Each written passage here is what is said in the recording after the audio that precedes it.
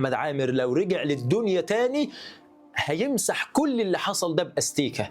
فأنا بحاول إن أنا أقدم له حاجة بعد وفاته، عشان أنا بحبه ونفسي إن هو يقابل ربنا بحاجة كويسة. فأنا خايف عليه، مش اللي خايف عليه اللي هيطلع ينعيه وخلاص، لا، اللي خايف عليه فعلا هو اللي هيدور إزاي يقفل باب السيئات الجارية اللي هيكمل معاه في قبره. فعشان كده أنا خايف عليه، فبنصحكم إن أي حد له علاقة بيه أو بحد قريبه يوصل له الكلام ده، إن لازم عداد السيئات ده يتقفل بأي طريقة، لازم نلحق الأمر وكل ده يتمسح عشان نخفف عنه الأمر شوية. فاللي عاوز أقوله لك إن إحنا متفقين إن ده حرام، فبالتالي الكلام ده عبارة عن سيئات جارية لصاحبها بعد الوفاة.